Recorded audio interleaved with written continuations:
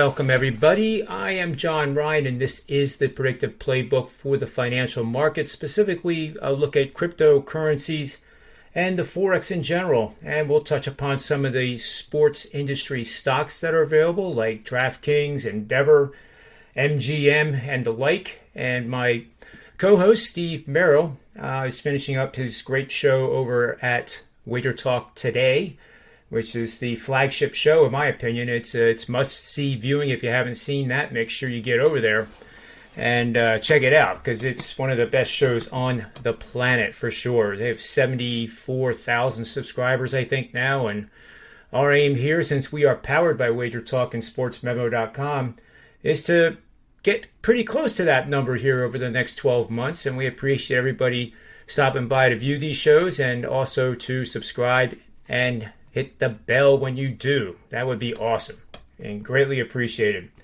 So we're going to look, just a quick look at Bitcoins. I want to save this kind of for when Steve enters the studio here.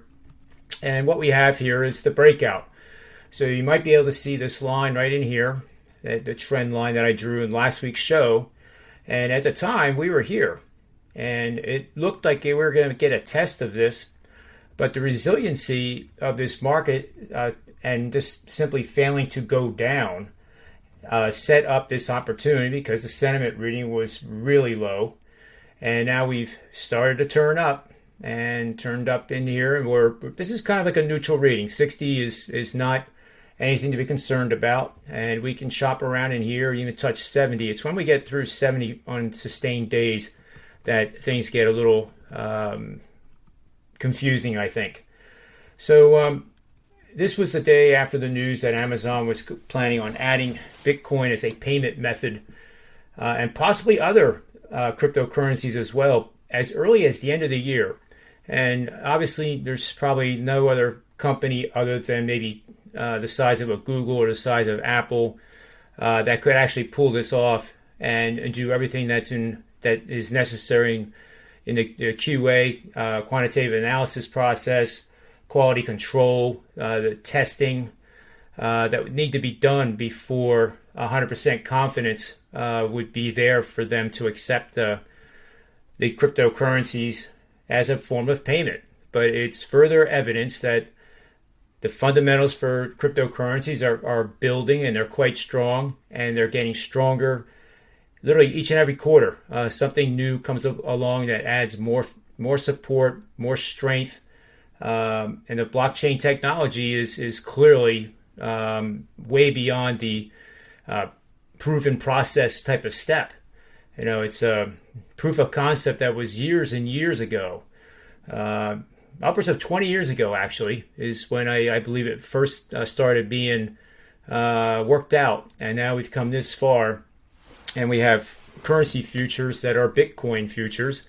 And I like this, as does Steve, because you can short them and you can buy. So with that said, when you buy Bitcoin, you can't short it, and at least not yet. Because there's no physical asset or physical piece of paper to actually be able to do that with a broker.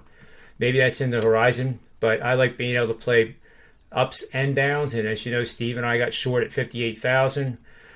Speaking for myself, I'm flat now. I believe he is long on his trend following models.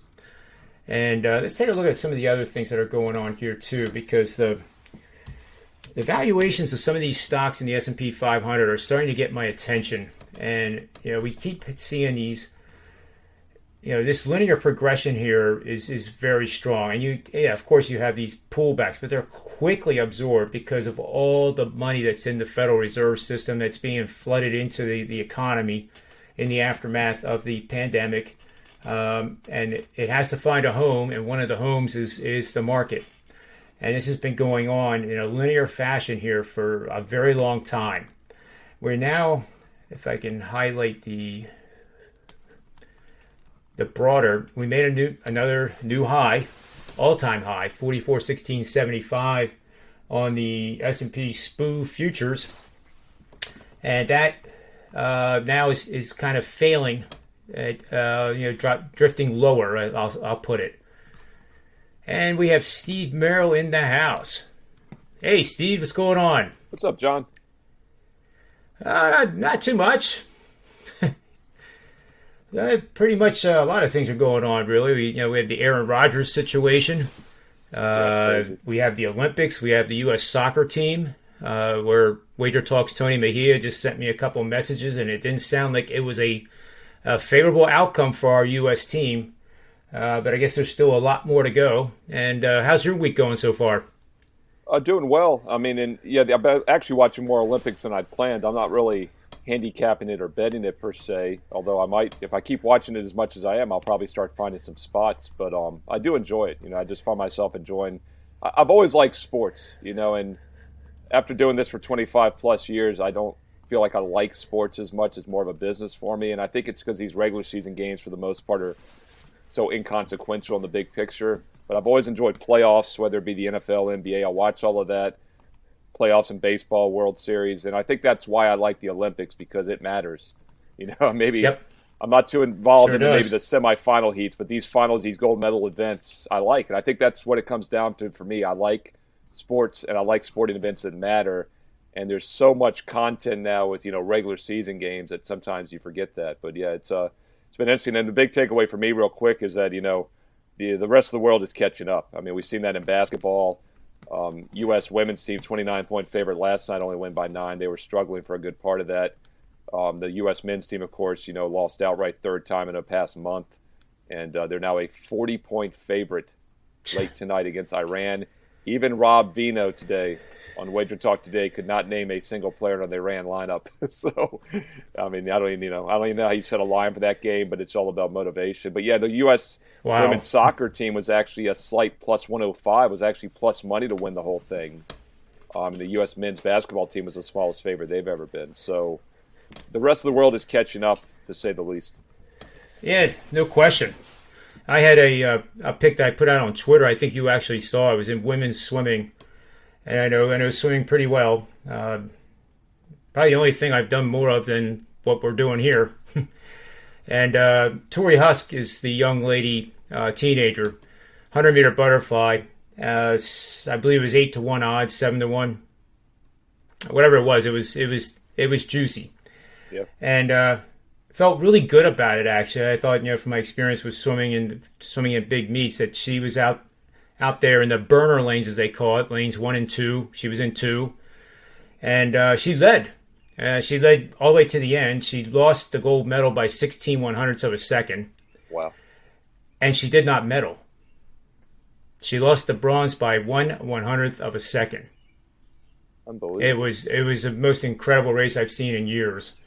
And unfortunately, it didn't come through in the bet, but I'm still getting used to actually saying betting on swimming. It wasn't too long ago we were getting used to saying betting in game. Now betting swimming.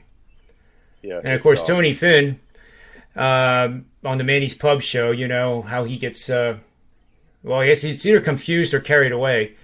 He said, well, that's great if you don't want to be leading at the end of a 200 individual medley, that you could bet them in game or in pool or in natatorium. And I just kind of thought, well, that's probably not going to Yeah, happen. that 30-second lag is going to get difficult. I'll tell you the in-game stuff is insane. So the NBA Finals I'm watching, and I use FanDuel a lot because their in-game odds are constant, and I like to follow it to see the adjustments. So I'll just monitor it a lot of times. I've got a direct cable feed, which it's not like it's a satellite lag or anything. I'm watching it directly from my cable feed, and this happened in the NCAA tournament as well, but it's even more profound in the NBA Finals.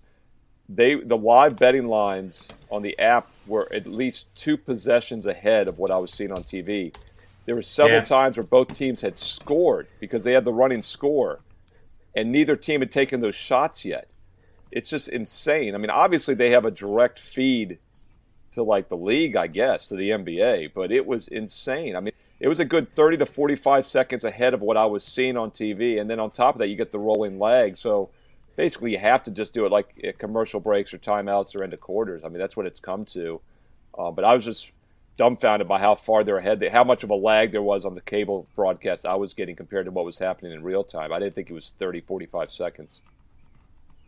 Yeah. It's also an opportunity to have fun with some guests that come over. that don't know that fact, and you Yeah. can be sitting there saying, they're going to score on this one, and so-and-so is going to make a three-pointer, because you already know That's a good point. Yeah. what happened. You can have some Even I fun wouldn't until have they known. figure Like it out. about a month or two ago, even I wouldn't have known it was that much of a lag. So you're exactly right. Yeah, there were a couple times both teams had scored before I saw it, and I think I saw a missed shot. So it was like 3 possessions one time. It was just insane.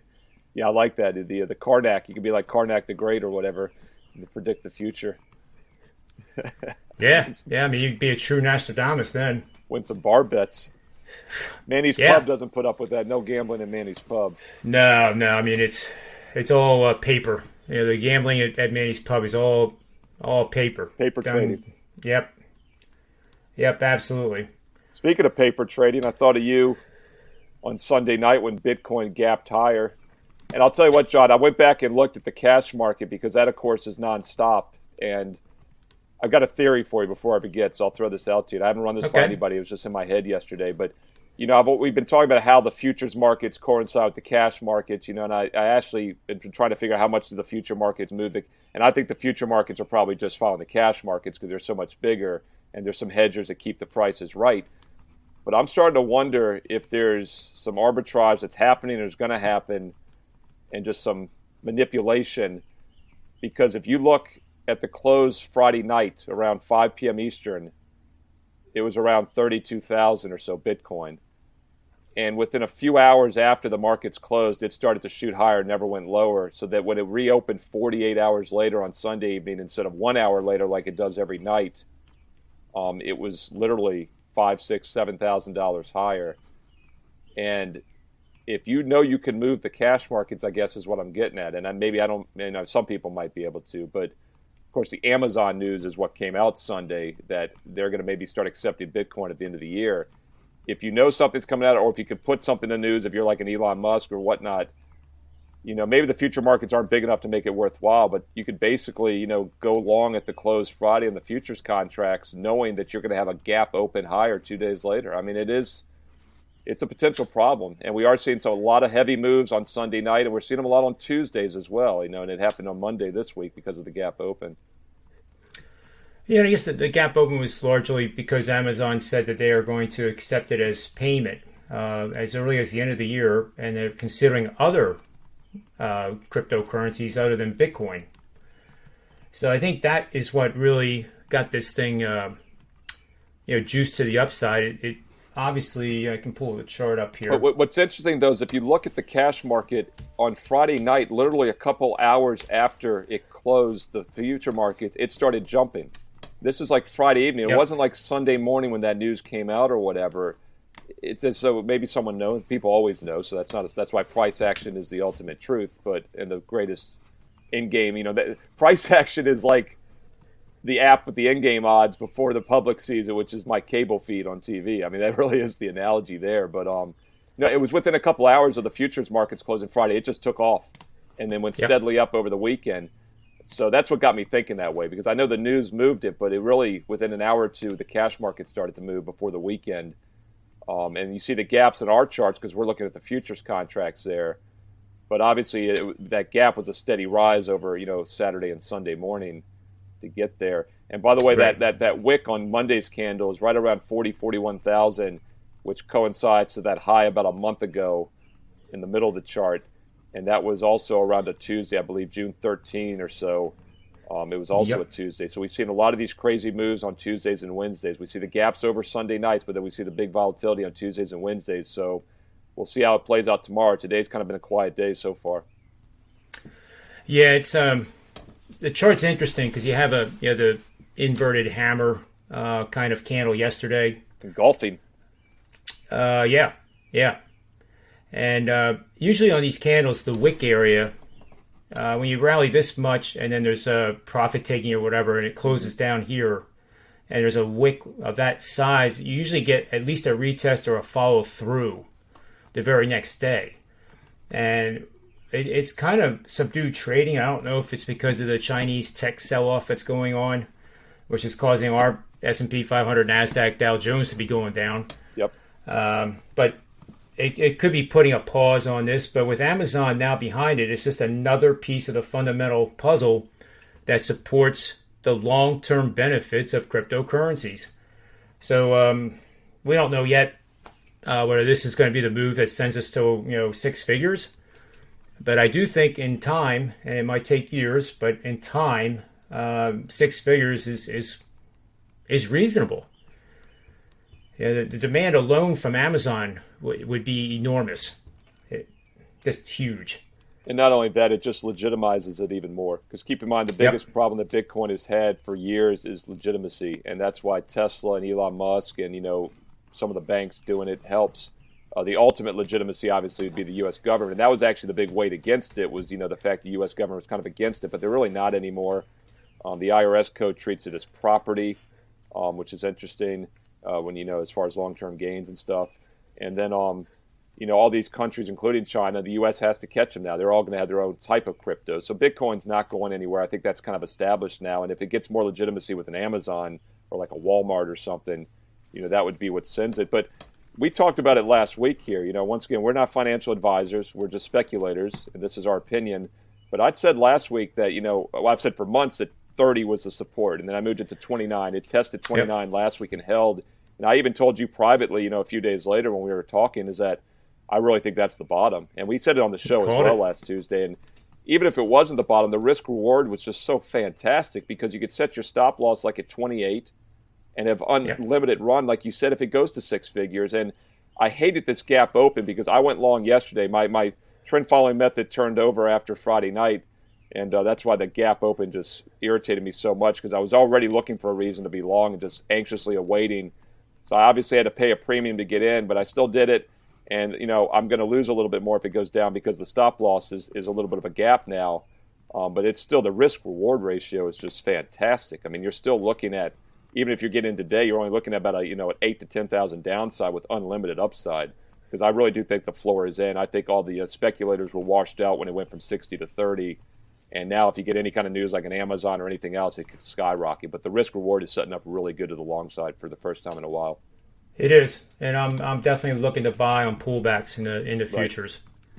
Whether we get all the way back to 30,000, I don't know, but I think I can't say for sure. It's kind of like making a bet on a Major League Baseball game where you don't know if the starting pitcher is actually going to go because he might get traded later today. It's kind of the same mentality with this. I want to see the proof first that this is actually the move that I'm looking for, and buying dips is the right thing to do.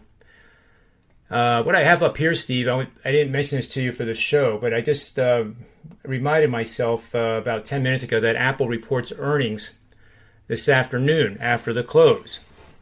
And what I'm going to demonstrate here is a little case study where option volatility, which is the equation that I tweaked for in-game NBA betting, and how the real world works with this. Any textbook you can say, oh yeah, I would have bought there, I would have sold there. The earnings were great for Apple, and of course I would have bought the calls and it would have gone sky high. But I'm going to enlarge. This is a daily bar of Apple, and this formation here, and I know Steve, you would agree, this is not good. This is a bearish divergence like you read about. Yet the headlines today are all talking about the the favorable situation for Apple for the earnings. So I lost my train of thought there because I was getting a notification, and I guess people have to know right away, right? But anyway, you have an engulfing candle here at the high. That's not good to begin with. It goes down, it rallies, but it fails to take out the highs. Look at the bearish divergence here in the indicator. Nowhere close to that. So the real trick, though, is to make money on this. Okay, and I'm telling you, if you think that Apple's going to trade down to 140 or 135 even, using options is very tricky right now because I'm going to pull those up. And I don't know if you can see the numbers or not, but you can probably enlarge your screen to see them. So these are put options on this side, call options. So simply a put option is a investment vehicle that will appreciate in value as Apple trades lower in price. A call option, it will go up in value as the price of Apple stock increases. The strike price is the price at which the buyer and the seller agree that the stock can be either sold or bought, and the purchaser of the option has that right. They can ride this into expiration, and if if Apple's trading 160, they would exercise their right to buy the stock at 148. The same thing on the put side. The buyer of the put option has the right to sell his shares to the buyer, not the obligation, just the right. And whatever strike price it is, that's the price that it is. So if it's the 150 calls and Apple's trading at 170, then you would exercise the option to buy the shares at 150 because you have $20 in profit, less your premium on the call options, which wouldn't be $20 right now. It's quite low. So these options actually expire on Friday. And this is about the most speculative thing anyone can do. So don't, go out and even try this. But it is worth watching because I'm telling you, as I'm sitting here, you can be dead right and say the right thing and predict the right thing. And let's say in our hypothetical that we're expecting the earnings to disappoint, or that the market is so heavy they can have record earnings and the stock will still go lower, which has happened on multiple occasions with Apple in the past. So let's say for the example of the show and this little case study, let's say that we think it's going to go down. Let's buy, and Steve, you don't mind writing this down so I don't forget. We're going to buy the 142 puts that expire Friday. That's July 30th of 21. 142 strike at $1. Let's say, to be fair, $1.18. So if we buy 10 of those, that will be $1,180 of maximum risk. That's the most you can possibly lose. Now, we're trading at 146 right now. So if Apple goes to 142 at 9:30 a.m. Eastern Standard Time tomorrow, you will have lost money. Even though you were right on the call on the downside, you will have lost money because the market will take out all the implied volatility, which is all the implied uncertainty that the earnings are going to be either good or bad or better than expected or worse than expected, and remove that from the price. So you can have a situation where it opens up at 142 tomorrow morning, and those options might be trading 25 cents, which means that you've lost roughly $900 overnight, and actually you made the right call. And we can do the same thing, Steve, with the call side real quick. So we do, let's see, 146 would be at the money. That's another term that we can ask Tony Finn about. At the money. That would be a good one for him to, or in the money or out of the money. At the money. I want to actually, I even have more fun predicting what he's going to say. He's been pretty clean about it. He's actually been pleasantly really good with that segment. It's surprisingly, John's gone a lot better than I expected. He's kept it clean. He's kept it entertaining. I'd say at the money is when you go to settle up with your local bookie every Tuesday morning after Monday Night Football. Yeah, I think at the barbershop. Yep, there you go. Yeah, that's when you go to get a haircut and settle up at the money. Yep. In fact, he probably knows a barbershop that's named at the money. But let's put down the 152 and a half calls. And these are very liquid. What I mean by that, there's a lot of these trading. I think on the call side alone, there's close to 700,000 of the call options that you're looking at right now on the board. So let's see, what did I say? 152 and a half is trading at 103. So that would be for 10 contracts. Each contract represents 100 shares. It would cost you $1,030 plus a little bit of commission. So those are the two directions, and I just want to plot how this works because when you do these trades with 3 days to go and implied volatility of 51%, when a normal pricing is probably closer to 18%, you're paying tremendous prices for this. This is like overvalued. This would be like the Yankees playing the Red Sox in Boston, and the market has the Yankees priced as minus 400 favorites. That's how overvalued these are. But there's so much uncertainty that nobody really knows which direction it's going to go or how much, that they're willing to pay these exorbitant prices for that opportunity. So it would be similar to a Yankees-Red Sox game where the Yankees are favored by 400, and then you get paid extra for every run they win the game by 4 or more runs. And I hope that made sense. So if they win 10-0 over the Red Sox, you make a fortune. If they lose 10-0, you lose all the money that you put to buy the option.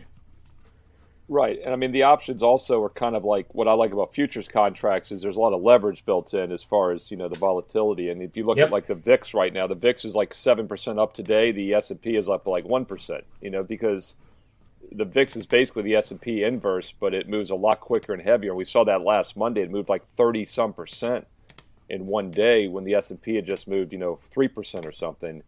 And also keep in mind with Apple, it's basically the NASDAQ.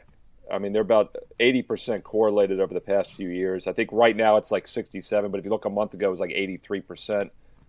If you go back to 10 years ago, it was 85%. So it's always, Apple is the NASDAQ. I mean, they move hand in hand. And, it's even a good chunk of the S&P as well. So not a coincidence that the S&P, NASDAQ, and Apple are all down today. The NASDAQ is down a little bit more than the S&P because Apple is a little bit more than NASDAQ than the S&P 500. So that'll also, it's basically, that's how big that company is. I mean, it's basically the stock market right now. Yep. And I don't know if you can see the far right part of the screen, but that's the current calculation for the implied volatility of the options. So it's 51.1% for the ones that expire in 3 days. Basically a week later, it's down to 37, then it's 33, and you get back to what is normal market conditions for Apple is way out there.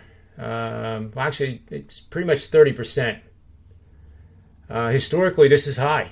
It is historically Apple on a normal market day, out of the money expirations would be somewhere around 22%.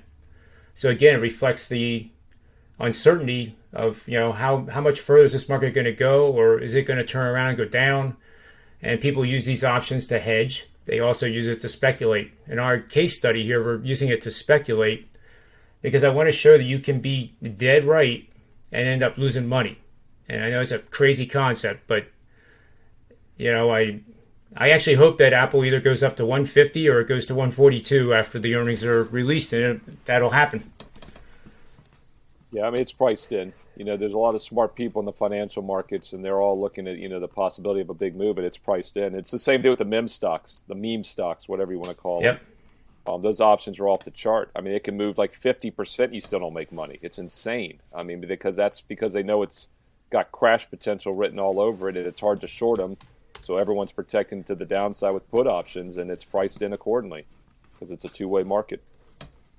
Speaking of which, I just pulled up GameStop.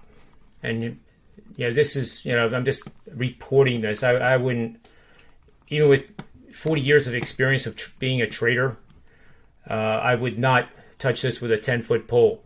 What about with Rob Vino's money? Would you use Rob Vino's money? I think I would. I would. Yep, because he's got way too much as it is, and he wouldn't even know it's gone. Rob Vino told me today he wouldn't even bet on the Iran-USA game with my money. Oof. Wow. That is a crazy game. I don't know if you take the points or... I just don't. I mean, it's like my initial thing is if you're going to play the USA, this is the game because they're off a loss and they have a team they can beat by 100. But then again, that's just a pure fundamental handicap. It's like I have done no math, and I'm a math guy just like you are. So it's like, how can I touch a game which I'm not a math guy? There's actually... It's kind of like Bitcoin. I mean, other than having the graphs and the technicals, I have no way to price Bitcoin. I don't think anybody does. It's very hard to say what the fundamental value of Bitcoin is. And to prove that point, there is no fundamental value of Bitcoin because when something goes from 10 to 30 in 2 months, 30 to 60 in 3 months, and then 60 to 30 in 2 months, there's no, someone has been drastically wrong like 3 out of 4 times there. So, it's the same thing. It's kind of like that this stock. This exactly. GameStop. No, but what's funny now, that's GameStop. I don't know what the analysts are on that one, but we've talked about AMC has done the same type of move, and it went from 10 to 60, and the consensus analyst was $5.50 for the 10 experts that cover it, was that it was worth $5.50 a share as it was sitting at 60. So it once again shows that price action is the truth, but it's not exactly the accurate truth, if that makes any sense whatsoever. And this is a textbook example of a short squeeze, which Tony Finn did a marvelous job answering that one, I believe. I remember right. As you said, to his credit, keeping it completely clean is a credit to him. It's a real testimony. It's a victory in itself. It is. But you can see the volume here. These bars right here represent the volume, and look how it dwarfs the previous. This is short. This is movement that hedge funds were short the stock and then got pushed out for whatever reason. I think it was blamed on Robinhood back then or whatever it was. And they had a cover. So there's everybody in the world is buying and there's no seller. And that's what creates these monster moves, because the market has to keep raising the price to find a willing seller. And it's it's another thing that, in my opinion, you stay away from. And it's always better to say, boy, I wish I would have done that, as opposed to, oh, damn, why did I do that? And the bottom line is that these companies are not worth what their current stock price is saying they're worth. And, AMC, right. once again, is it's currently at 37.5. Its high at one point was 77 back in early June, a month and a half ago. Yep. And the analysts at the time were saying that it's worth $5.50 a share. These are the 10 experts that know more about AMC than anybody. They cover it for a living. They're saying this company is worth $5.50 a share, and it was trading at $60, $70. So the problem is, well, if we know that, it's kind of like Dogecoin. I know Dogecoin is going to be zero someday in the future. But once again, I can't take advantage of it because, first of all, you can, right. With AMC, you could do put options, but those are priced to the extreme for reasons we just talked about. It's very difficult to short it. And in the short term, it can be wrong for a while and you'd lose money on those shorts. It's very expensive to short. And with Dogecoin, there is no way to short it. You can only buy it and then sell it. So that's why these markets, that's why I love the futures markets once again, because the future markets are 100% balanced at all time. There has to be a buyer long for every seller short. The stock market, there's a buyer for every seller, but sellers aren't short. That's something people forget. A seller is selling something most of the time that they already own. You could go short, but then it gets very expensive. It's not efficient. That's why these prices can stay high. The other thing to keep in mind, we've talked about this, but all these day traders, Johnny become latelys or whatever, that came in about a year ago now, last summer during the sports shutdown, when all the stimulus checks hit, they didn't need the money, so they put them into trading accounts. Robinhood, which is going public this week, had, and all these other brokers had a 30% increase in new signups. And a lot of it was guys that couldn't bet on sports, had money to spend. These people have not lost yet because everything has gone straight up since then. So, they haven't had to sell. But what happens when it starts to crumble? We have a panic sell-off on these. It's going to drop so fast. Or when the market eventually has a semi-crash or whatever, or Apple has a bad turnout. The Apple keeps dropping. People have to cover that. It's not about selling stuff that's doing good or bad. It's about having to sell winners to cover losers sometimes. And these day traders have had no losers yet for the most part. So it's going to happen fast. That is the danger. It's going to happen fast like it always does for that reason. Because the simple reason is the lack of discipline with the new day traders. And it's not, I'm not making fun of them. I'm not putting them down. No, it's but tough. you literally, I always said this, you literally have to get your face ripped off financially to be a good trader. If that hasn't happened to you, it's like they say with finding the right person to marry. If you haven't had your heart broken like several times, good analogy, yeah. Then you're probably not quite ready for it yet. But and whenever anything in life seems too easy, it's a red flag, and it's been too easy for these people because it's just buy, sell at extreme profits if they sell at all, which I don't think a lot of them even sold yet. And that's another thing we've talked about. It's like everyone puts 99% of their effort into the buy indicator. You and I don't. We put a lot into the sell. We have a game plan. But how many times have I said have an exit strategy? Like with Bitcoin, when it's dropping 5,000 in 15 minutes a couple months ago, what's your exit strategy? When AMC or GameStop are dropping 30% within an hour one day, which is going to happen here in the near future, You don't want to be deciding on the fly if you get in at 28% down, Yep. 35% down, 90% down. You need to know the night before it happens. Most people, I guarantee you 99% of these new traders do not have that. If you were to ask them right now, when do you get out? Like I could tell you right now when I'm getting out of my Bitcoin long. I know exactly when I'm getting out. Yep. It's not guesswork for me. It's so the most dangerous words said as a trader are, the market was down, but it's going to come back. It's going to come back. Well, guess what? There's times that it doesn't come back, and it's just that's where the discipline is. Human nature is you don't want to lose, right? So you have a net, or you just have a plain loss on a trade, say in crude oil, and you resist what emotion is putting into you. The emotion is that I don't want to lose. I'm better than that. I'm a winner.